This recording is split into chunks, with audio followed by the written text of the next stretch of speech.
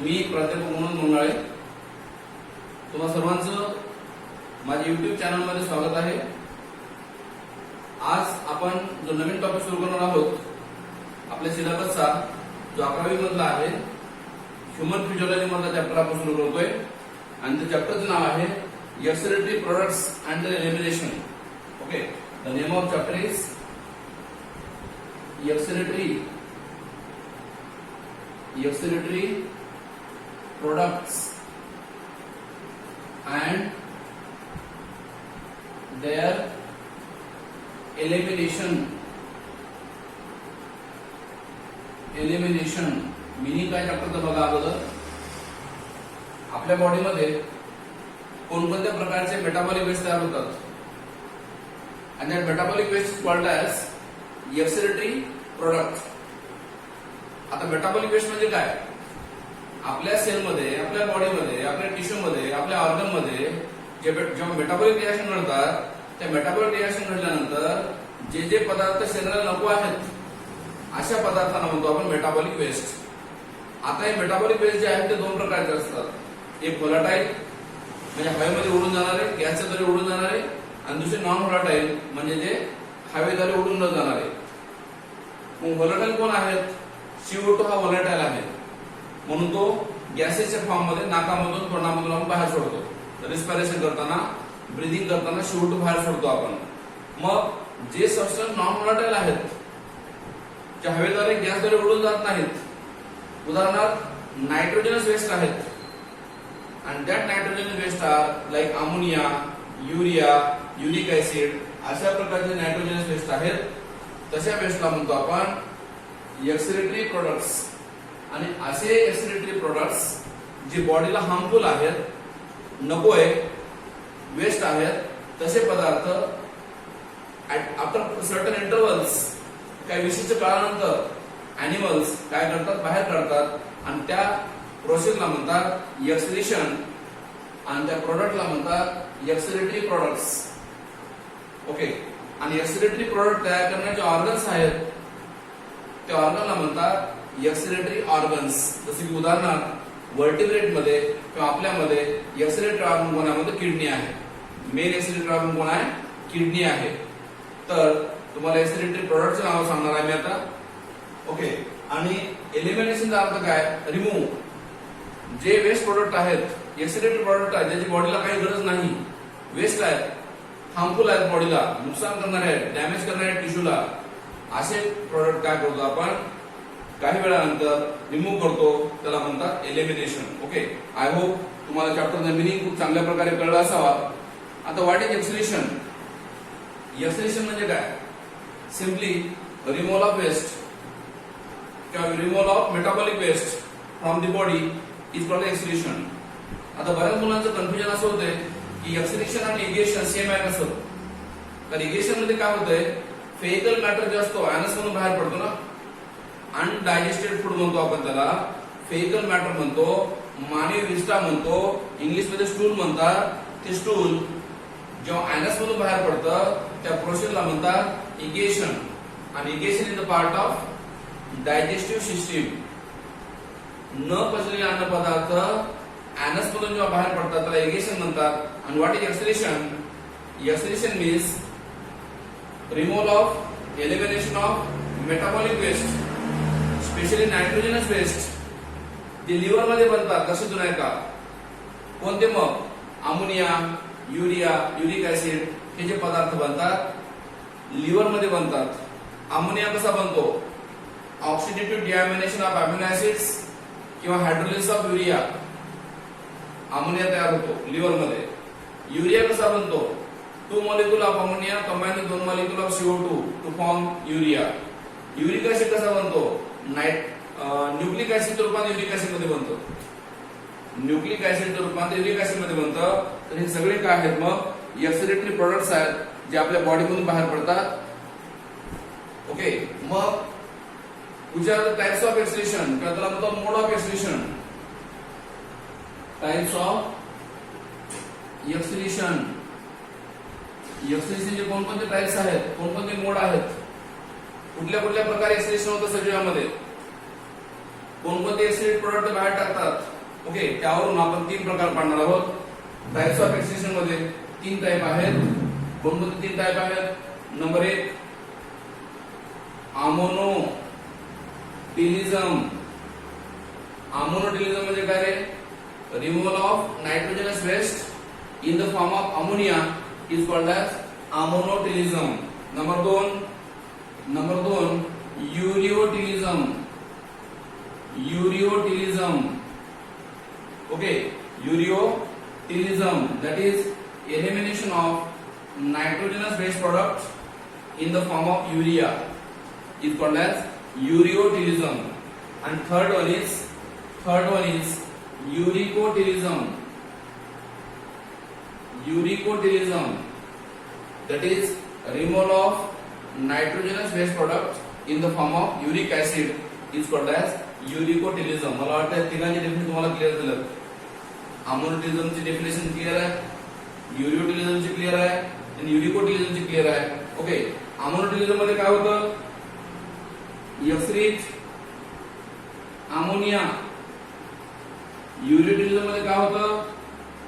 एक्सरीच urea. आणि युरिकोटिलिझम मध्ये काय होतं?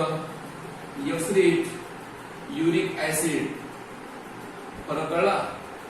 ओके, त्यानंतर अमोनोटिलिझम मध्ये 1 नायट्रोजन ॲटम असतो,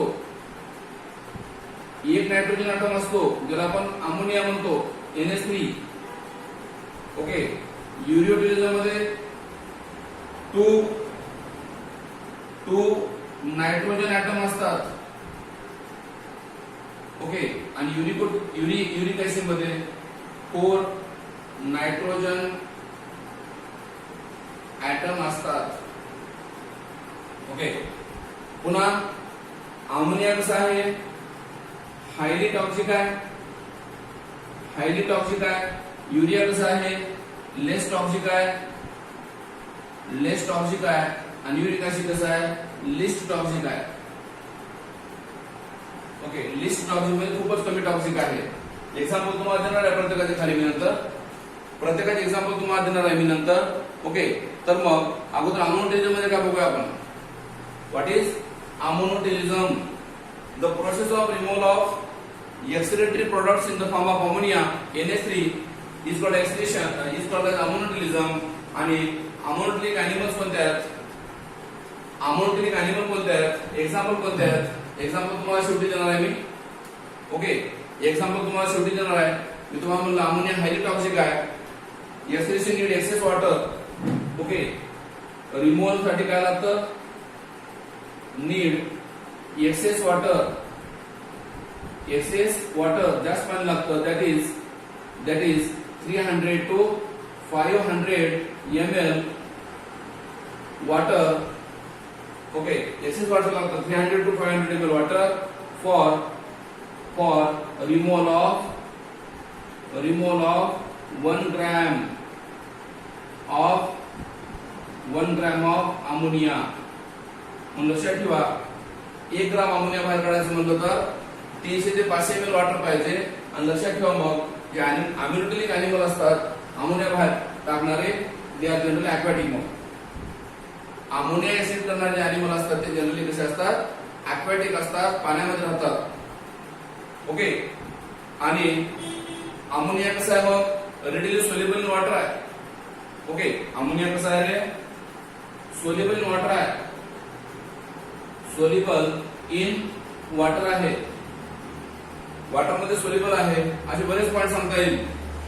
ओके, आणि मग वॉटर मध्ये सोल्युबल असल्यामुळं हे जे अमोनिया आहे त्याचं बॉडीमधून डिफ्युजन होतं. बॉडी डिफ्युजन हायर कॉन्सन्ट्रेशन कडून लोअर कॉन्सन्ट्रेशन कडून मूव्ह होतो.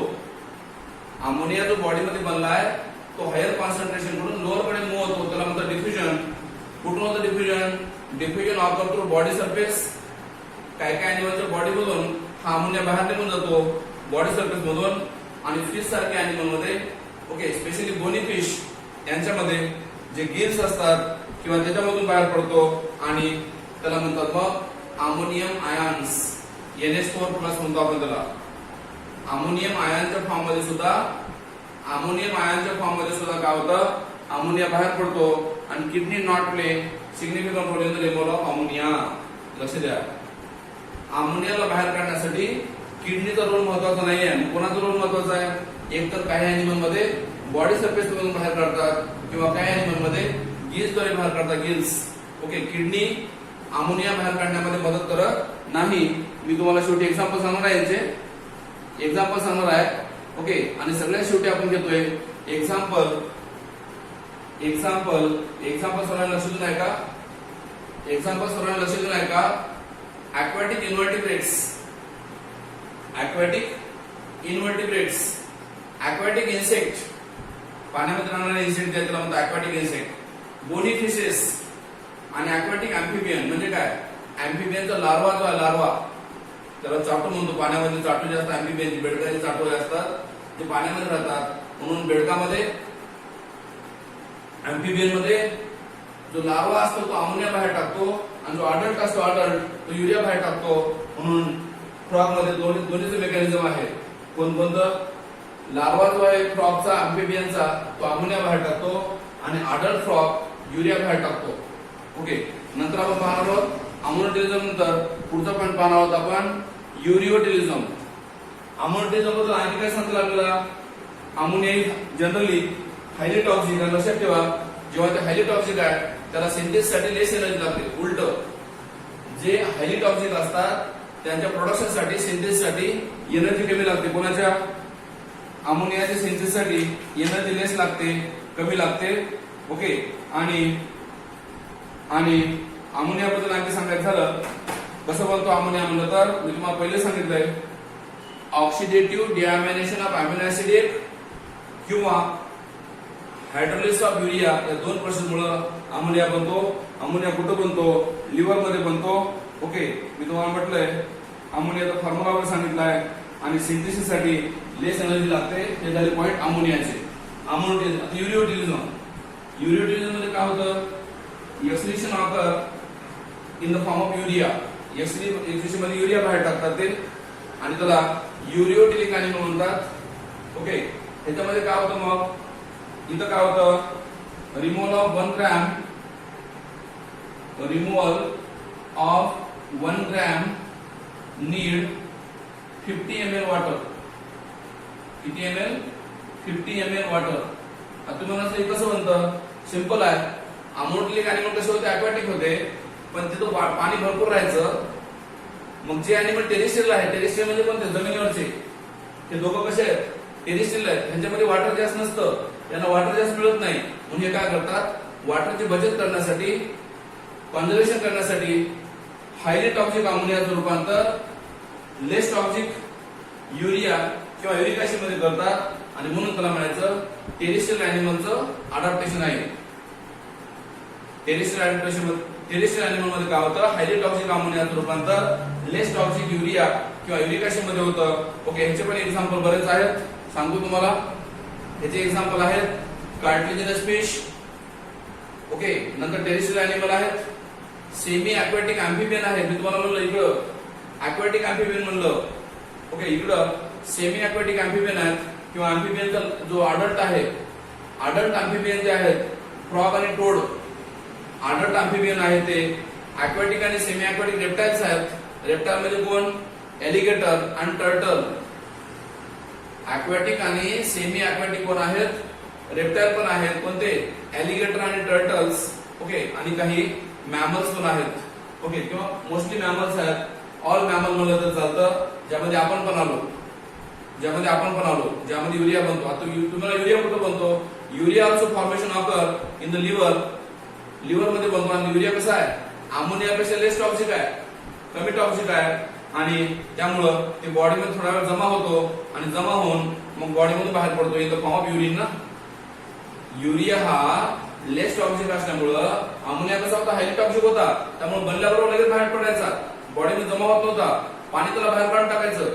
युरिया हा लेस टॉक्सिक आहे, त्यामुळे बॉडीमध्ये जमा होतो टेम्पररली आणि in the form of urine लघवीच्या स्वरूपामध्ये बाहेर निघून जातो, कारण तो लेस टॉक्सिक आहे.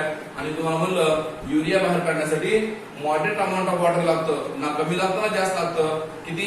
50 ml ऑफ वॉटर लागतं.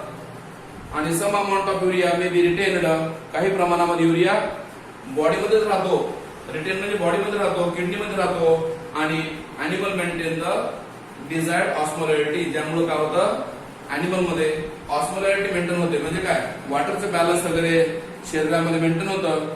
ओके, कोणामुळं युरिया बॉडीमध्ये राहिल्यामुळं. ओके, आणि युरिया कसा बनतो म्हणलं तर मी तुम्हाला सांगितलं होतं 2 molecule of ammonia combined with 1 molecule of CO2 is formed urea. आणि युरिया ज्या सायकल मध्ये बनतो त्या सायकलला म्हणतात ऑर्निथाइन सायकल. विसरू नका प्लीज.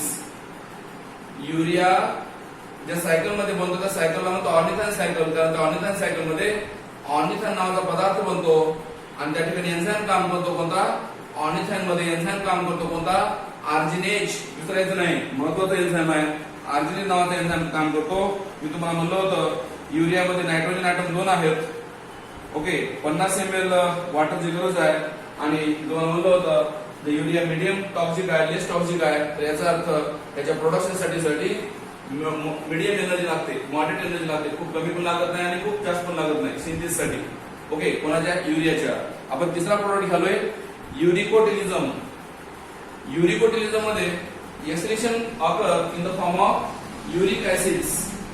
आणि 100% युरिक ऍसिड फॉर्मेशन हे वॉटरचं कॉन्झर्वेशन साठी होतं. कारण या ॲनिमल मध्ये जे एक्सक्रीटा तयार होतोय किंवा एक्सक्रीटरी प्रोडक्ट तयार होतो तो पॅलेट्स किंवा टॅबलेटच्या फॉर्म मध्ये बाहेर पडतो. पॅलेट्स.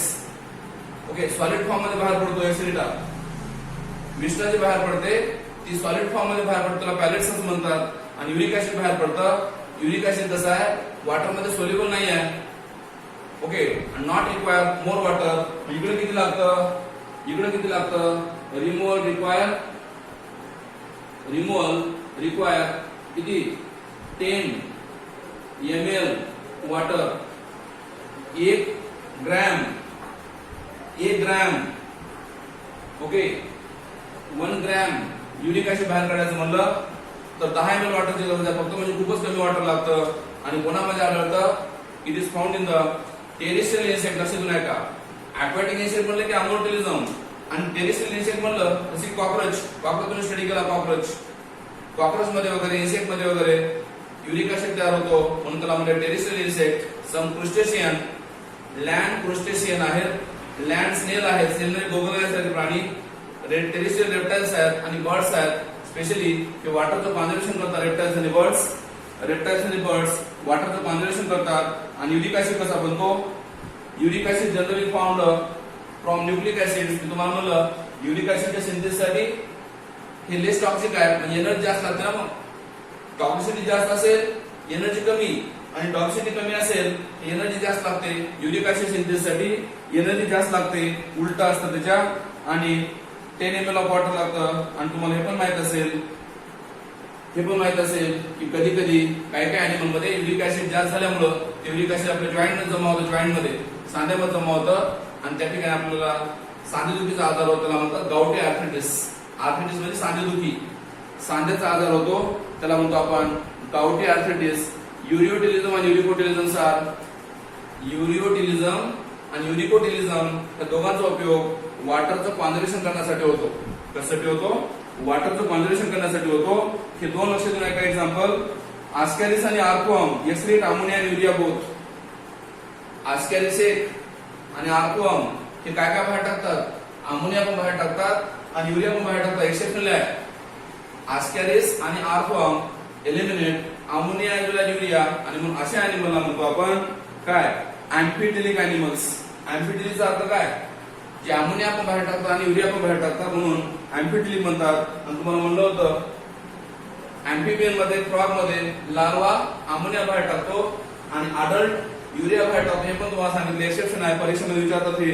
अशा प्रकारे 3 प्रकार तुम्हाला एक्सप्रेशन शिकवलं. ओके, नंतर गॉनोटिलिझम म्हणजे काय? गॉनोटिलिझम GUANOTELISM. गॉनोटिलिझम elimination of nitrogenous waste product in the form of guanine is called a गॉनोटिलिझम. आणि गॉनोटिलिझम कोण असतात? जनरली आर्कॅनिड्स. आर्कॅनिड म्हणजे कोण? स्पायडर आणि स्कॉर्पियन. स्पायडर कोळी किडा आणि स्कॉर्पियन विंचू हे दोघांना म्हणतो आपण गॉनोटिलिक ॲनिमल म्हणतात. आणि पेंग्विन नावाचा पक्षी सुद्धा आहे. हे गॉनोटिलिक असतात. आणि नायट्रोजन मध्ये तसे बरेच पदार्थ आहेत. क्रिएटिनिन आहे, अमोनिया आहे, युरिया आहे, युरिक ऍसिड आहे, ग्वानिन आहे, बरेच आहेत. ओके, त्यामध्ये आणखी एक पदार्थ आहे कोणता? TMAO. लॉंग फॉर्म त्याचा आहे TMAO. त्याला म्हणतात ट्रायमिथाइल अमाइन ऑक्साइड. ओके, नावाचा पदार्थ आहे, वेस्ट आहे. ट्रायमिथाइल अमाइन ऑक्साइड नावाचा पदार्थ आहे. हे पदार्थ हे वेस्ट कोण तयार करतो म्हणलं तर काही मोलुस्का, क्रुस्टेशियन, शार्क आणि रेफिश हे अॅनिमलचे नाव आहेत ज्यांच्याद्वारे याचं एक्सक्रीशन होतं. So this is about the excretion. Okay, त्याचबरोबर मी तुम्हाला आणखी थोडा काही पॉईंट सांगणार आहे. What is osmosis? कारण यांच्यामध्ये एक्सक्रीशन मध्ये ऑस्मॉसिस होतं. What is osmosis? Movement of water. वॉटरची जो मूवमेंट होतं त्याला म्हणतो ऑस्मॉसिस. आणि एक्सक्रीशन मध्ये काय होतं? वॉटरच्या द्वारे एक्सक्रीट प्रोडक्ट बाहेर पडतात, म्हणून ऑस्मॉसिस महत्वाचा आहे. Osmosis nothing but the movement of water from lower concentration of solution to the higher concentration of solution, किंवा त्याला म्हणतो आपण hypotonic solution to hypertonic solution असं म्हणतो. ऑस्मॉसिस पुन्हा दोन प्रकार असतात, एक्झोऑस्मॉसिस आणि एंडोऑस्मॉसिस. एक्झोऑस्मॉसिस म्हणलं की मधलं पाणी बाहेर जातं. जेव्हा एखादी सेल आपण हायपरटोनिक सोल्युशन मध्ये ठेवतो, कुठे ठेवतो? हायपरटोनिक सोल्युशन मध्ये ठेवतो. ओके, हायपरटोनिक सोल्युशन मध्ये ठेवतो तर त्या सेल मधून काय होतं? मधलं वॉटर बाहेर जातं आणि त्या प्रोसेसला म्हणतात एक्झोऑस्मॉसिस. एक्झो म्हणजे बाहेर, ऑस्मॉसिस म्हणजे वॉटर, मधलं पाणी बाहेर जातं. आणि एक्झोऑस्मॉसिस झाल्यामुळे काय होतं? हायपरटोनिक सोल्युशन मध्ये होते. हायपरटोनिकचा अर्थ काय? सराउंडिंग एन्व्हायरमेंट मधलं सोल्युशन हाय कॉन्सन्ट्रेटेड असतं. कोणापेक्षा? सेल्सच्या पेक्षा सराउंडिंग एन्व्हायरमेंट मधलं सोल्युशन जर हाय कॉन्सन्ट्रेटेड असेल तर त्याला हायपरटोनिक सोल्युशन म्हणतात. आणि हायपरटोनिक सोल्युशन मध्ये एक्झोऑस्मॉसिस होतं, म्हणजे सेलच्या मधलं पाणी बाहेर जातं. कोणामध्ये?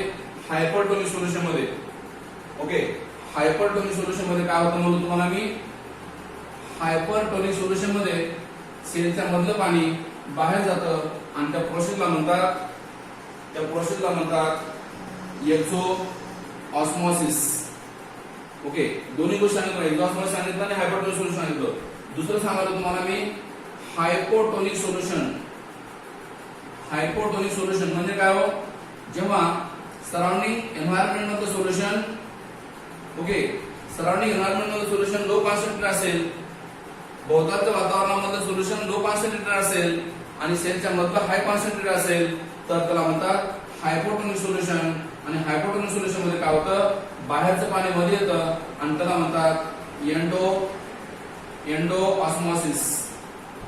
आणि लक्षात ठेवा, ओके, एक्झोऑस्मॉसिस मुळे काय झालं?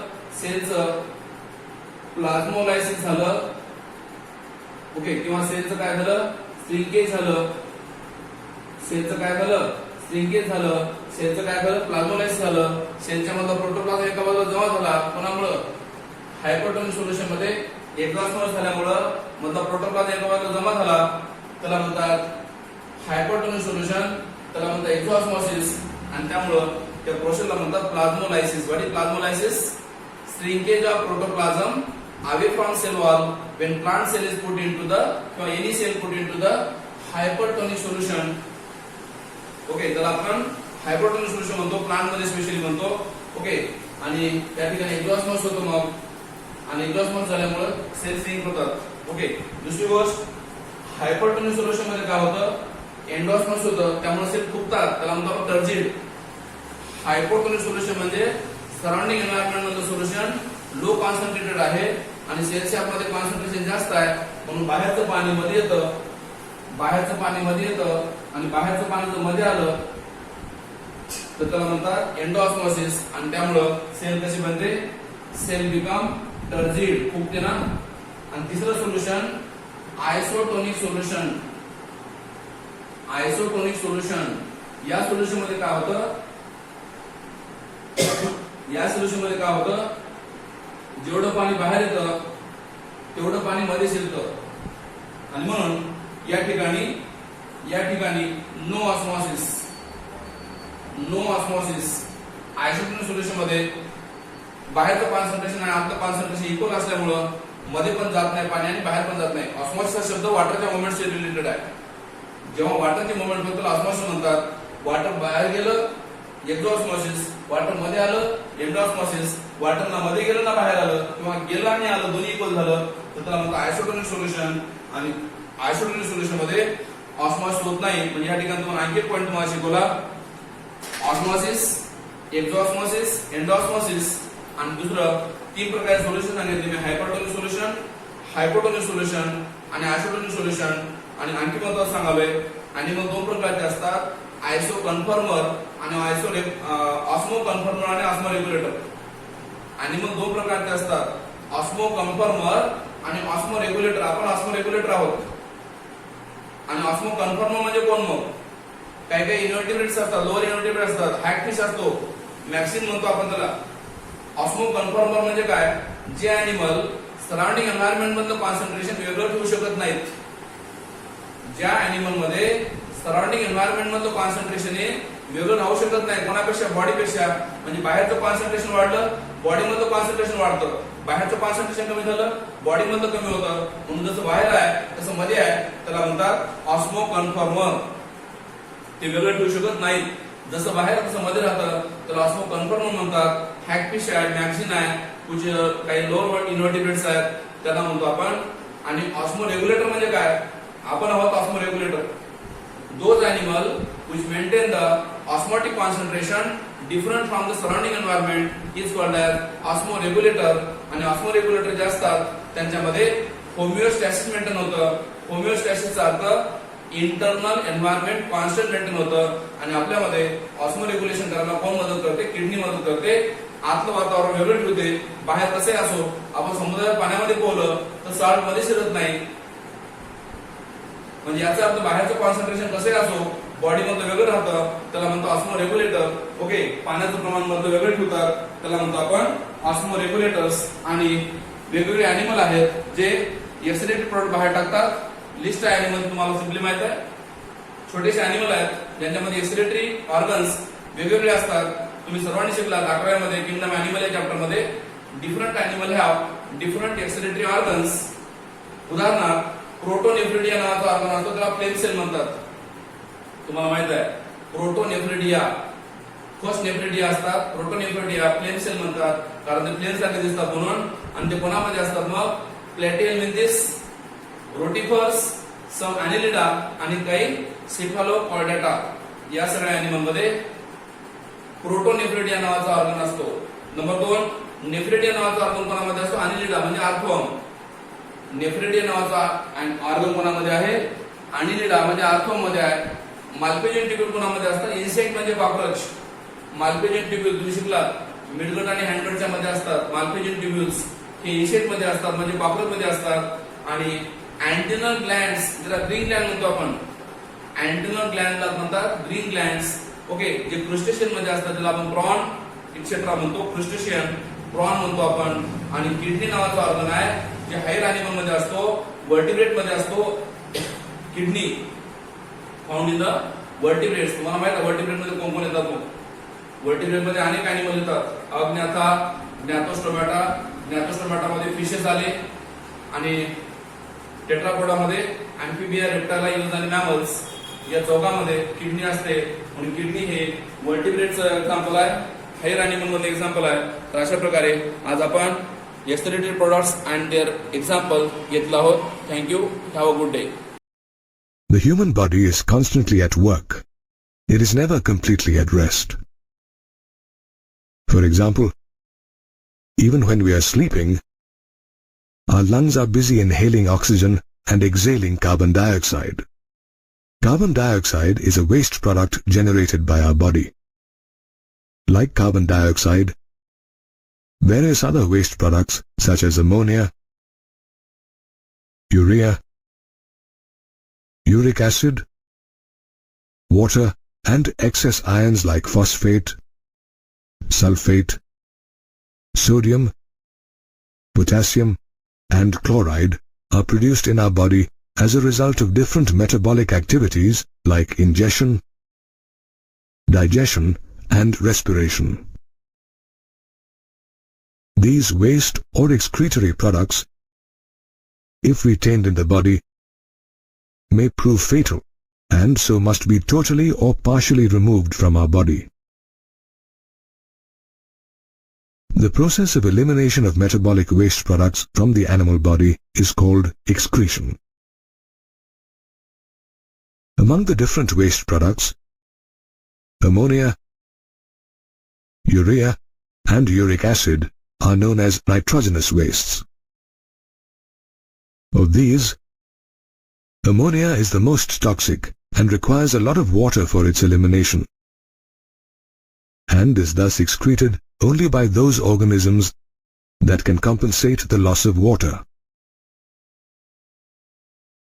Generally, bony fishes, aquatic amphibians, and aquatic insects excrete ammonia in the form of readily soluble ammonium ions through their gills or body surface by the process of diffusion. Animals that excrete ammonia are called ammonotelic, while the process is called Ureotelism. As excretion of ammonia requires a lot of water, terrestrial animals have evolved a mechanism to convert ammonia into less toxic forms of urea and uric acid, which help conserve water. Mammals, including humans, and many marine fish and terrestrial amphibians excrete urea. Excretion of nitrogenous wastes in the form of urea is called Ureotelism, and such animals are called Ureotylic animals. In these animals, the liver converts ammonia into urea by the ornithine cycle and releases it into the blood. The urea in the blood is then filtered by the kidneys and excreted. However, in some animals, a small amount of urea is retained in the matrix of the kidney to maintain the required osmolarity. The least toxic form of nitrogenous waste is uric acid. Though excretion of uric acid involves a lot of energy, it helps conserve water considerably, as it is excreted in the form of pellets or paste involving very little water. Some animals excreting uric acid are reptiles, insects, land snails, and birds. Such animals that excrete nitrogenous waste in the form of uric acid are called Urecotylic animals, and the process is called Ureotelism. Did you know that in mammals, uric acid is formed by the degradation of nucleic acids and is excreted as a part of urine? As animals excrete nitrogenous wastes in different forms, the structure of their excretory system also varies.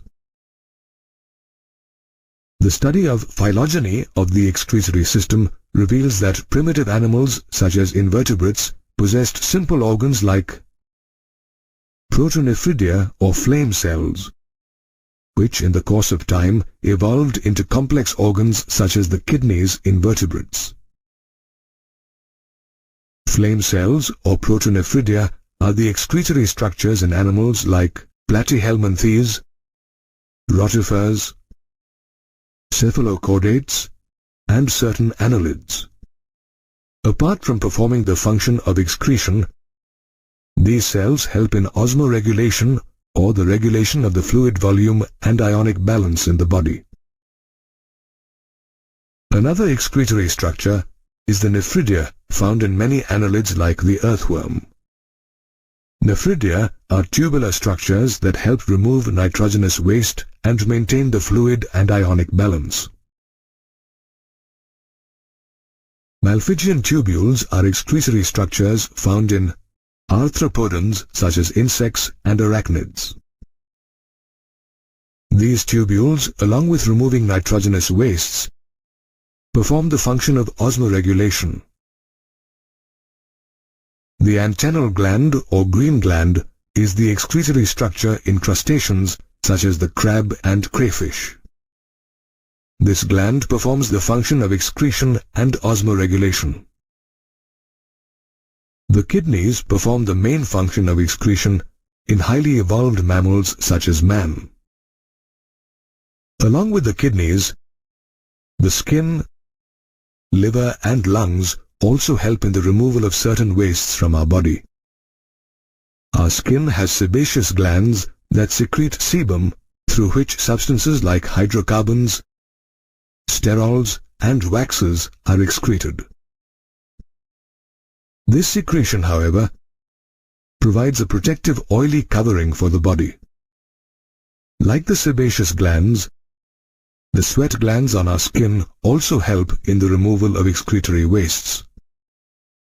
These glands produce sweat, a watery fluid containing sodium chloride and small amounts of substances such as urea and lactic acid. Moreover, sweat also helps to cool the body's surface. Another organ that plays an important role in excretion is the liver, the largest gland in our body. It breaks down drugs and reduces their toxicity by drug metabolism. It also detoxifies ammonia and converts it into urea, which is eliminated by the kidneys. Moreover, it degrades hemoglobin, hormones, drugs and vitamins and adds it to bile as bile pigments bilirubin and biliverdin, which are then excreted through the feces. The lungs are also excretory organs that help in the removal of large amounts of carbon dioxide, a byproduct of cellular respiration, from our body. In addition, the lungs also help in the removal of water. Besides the kidneys, the skin, liver and lungs, saliva too helps in the removal of small amounts of nitrogenous wastes from our body. Therefore, excretion is an important process which is vital for all living organisms. The excretory organelles may differ from animal to animal and have evolved from simple to complex structures based on the needs of the organism. The excretory system is a biological system that helps in the removal of metabolic waste products from